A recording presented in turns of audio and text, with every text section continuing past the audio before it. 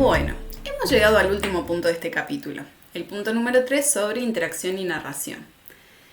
Como estuvimos viendo a lo largo del capítulo, Gallagher y Sabin no van a creer que recién tenemos cognición social o una comprensión de los otros cuando tenemos una teoría de la mente o a partir de los 4 años, sino que para ellos estas habilidades y capacidades son mucho más primitivas y se asientan en cuestiones corporales y de nuestra interacción y nuestra resonancia con los otros.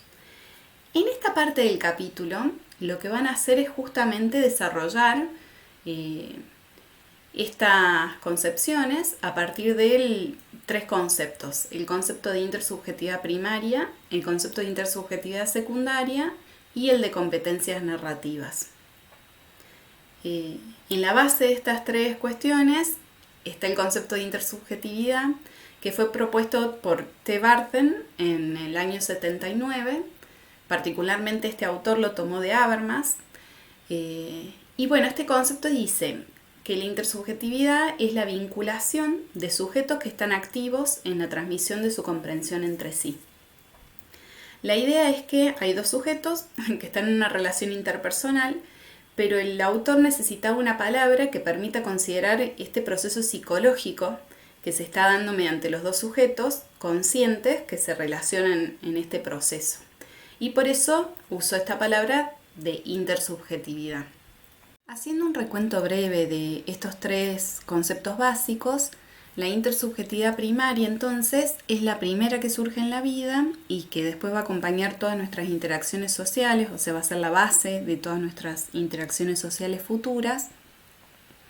Y se basa en capacidades innatas, que son corporales, que tienen su base en el sistema sensorio-motor, van a decir los autores, que están informadas emocionalmente y que nos permiten percibir las intenciones de los otros en esta interacción corporal.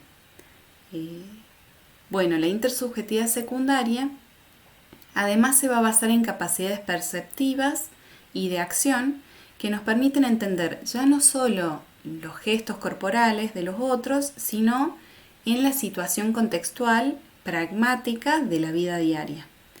Es decir, vamos a contextualizar estos gestos con lo que está sucediendo alrededor. Finalmente, la competencia narrativa, que es la última que se adquiere, nos da una comprensión de los relatos y razones que contextualizan aún más la situación. Es decir, si en la intersubjetividad secundaria teníamos acceso al contexto de lo que estaba ocurriendo cuando la persona tiene ciertos gestos, la competencia narrativa nos va a dar además el contexto del relato, es decir, cuáles son las narraciones, las razones y el relato que conducen a esta persona a hacer lo que hace. ¡Ay, qué interesante, Marge! Cuéntamelo todo. Empezando entonces con la intersubjetividad primaria, como les contaba, este tipo de intersubjetividad se basa en capacidades que son innatas y en capacidades sensorio-motrices, y la idea básica es que en la percepción misma ya percibimos para la acción. Por eso Gallagher y Savy le van a llamar una percepción de tipo enactiva, que es bastante primaria en todas nuestras interacciones y que es bastante temprano su desarrollo. De hecho, el concepto de intersubjetividad primario lo propuso T. Barthen a partir de la observación de que bebés de 2 meses de edad ya podían tener una interacción a tiempo y emocionalmente acorde con las mamás. Básicamente, la mamá le hace algunos gestos al bebé y el bebé responde con gestos acordes o con, por ejemplo, una sonrisa si la mamá le está diciendo cosas dulces o cosas del estilo. Es interesante mencionar que si se les ponía un video a los bebés no interactuaban con el video, porque no tenía esta propiedad de la intersubjetividad, digamos, de alguien que va respondiendo con el tiempo acorde a lo que ellos están haciendo. Algo similar ocurrió en otros experimentos en los que se hacía que las madres se quedaran con la cara dura, es decir, sin interactuar con el niño. En esos casos, el niño empezaba a pedir que hacer llamados de atención con gestos, señalar cosas que antes le habían gustado a la mamá, incluso gritar o estirar las manos hasta que, bueno, dejaba de interactuar. Estos dos casos muestran que la interacción no es algo automático, esto en la intersubjetividad no es algo automático, sino que tiene en cuenta el tiempo, tiene en cuenta la emoción y es justamente intersubjetivo. O sea, si no hay una acción del otro, no sucede. Además de esta percepción en activa de los gestos de los otros y de su corporalidad, nosotros también tenemos la habilidad de conectar estos gestos a un contexto que es compartido por nosotros y por los otros. Esto da lugar a lo que se llamó intersubjetividad secundaria. Básicamente es esto, poder conectar ciertos gestos y interpretarlos en función del contexto que estamos habitando con nuestro interlocutor. Hay un montón de cosas en las que nos entendemos acerca de la comunicación porque nosotros y nuestro interlocutor estamos en un mismo contexto y damos por asumido un montón de cosas de ese contexto.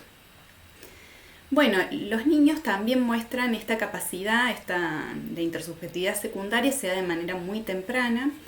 Entre los 9 y los 14 meses, los bebés empiezan ya a tener una cosa que se llama atención conjunta, y esto es, pueden focalizar la mirada en el mismo lugar que su interlocutor y también alternar su mirada entre el objetivo y la mirada del interlocutor. Entonces ver hacia dónde está prestando atención el interlocutor, que le va a ir señalando algunas cosas del contexto que son relevantes. A partir de esta atención conjunta va a empezar a entender los usos que tienen algunos objetos. Por ejemplo, que una tacita puede servir para tomar el té, que un martillo puede servir para clavar un clavo y cosas del estilo. Como yo les comentaba, estas formas de intersubjetividad, si bien se van desarrollando evolutivamente, después nos acompañan a lo largo de la vida. En todas nuestras interacciones siempre hay una intersubjetividad primaria y secundaria. Y bueno, vamos a ver ahora una escena de Hitchcock que hizo para ilustrar la importancia del contexto en nuestra interpretación de las acciones, que si bien él lo hizo para mostrar la relevancia del cine y de crear una escena en el cine, a nosotros nos sirve para entender esto, cómo nuestra interpretación de los gestos de los otros muchas veces también está mediada por el contexto que estamos habitando ambos. Now we have a close-up. Let me show what he sees. Let's assume he saw a woman holding a baby in her arms. Now we cut back to his reaction to what he sees. And he smiles. Now what is he as a character? He's a kindly man. He's sympathetic. Now, let's take the middle piece of film away, the woman with the child, but leave his two pieces of film as they were. Now we'll put in a piece of film of a girl in a bikini. He looks, girl in a bikini, he smiles. What is he now? The dirty old man.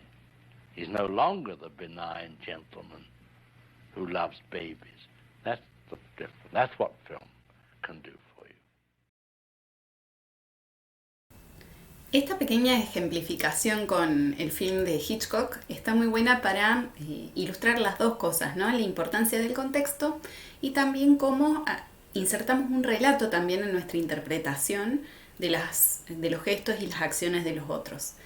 Esto da lugar a la tercera capacidad o competencia que desarrollan los niños y que nos acompañan a lo largo de la vida, que son las competencias narrativas.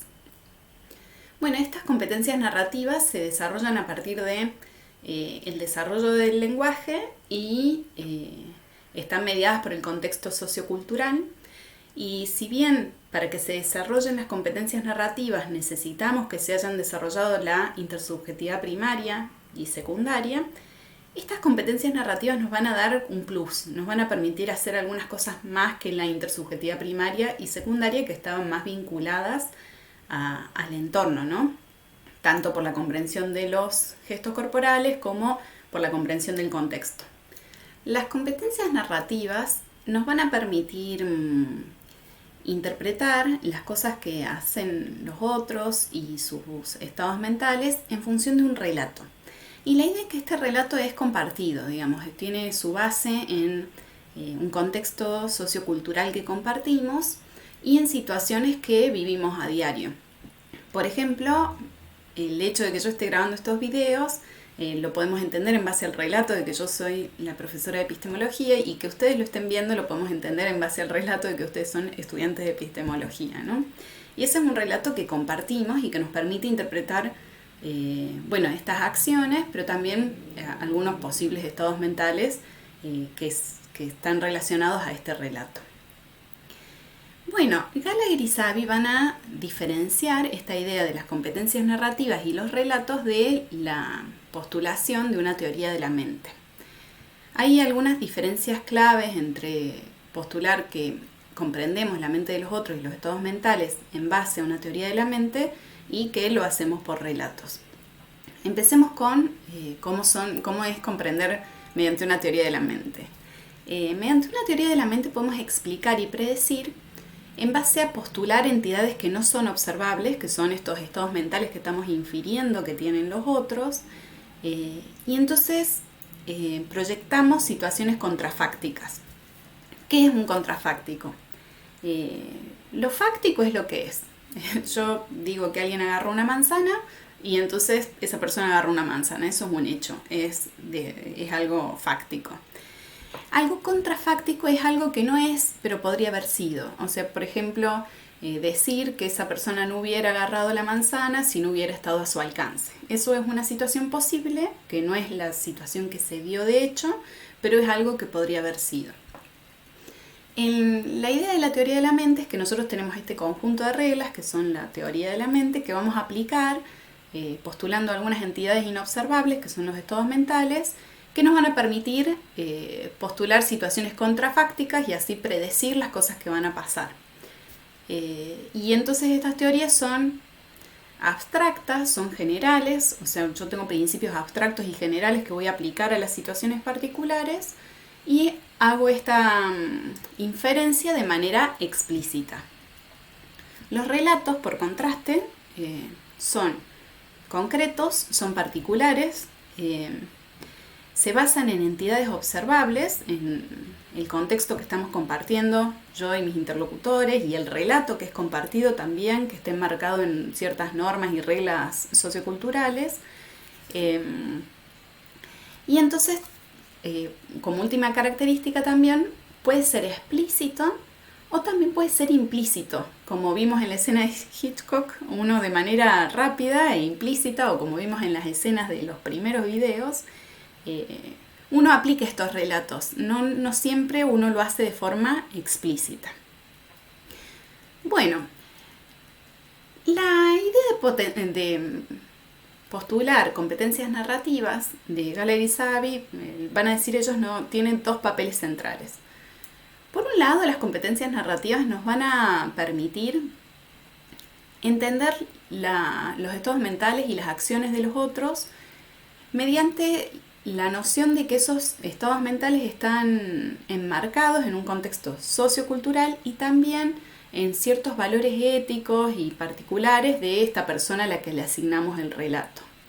De repente, si alguien está en una situación social y no interactúa, nuestra interpretación va a ser muy distinta si esta persona sabemos que es muy tímida y que nunca tiende a interactuar, que si consideramos o sabemos que esta persona es muy extrovertida, que siempre interactúa y en esta situación no está interactuando. En los dos casos, el relato nos va a dar una interpretación distinta de lo que puede estar ocurriendo o cuáles pueden ser los estados mentales de esta persona en esa situación.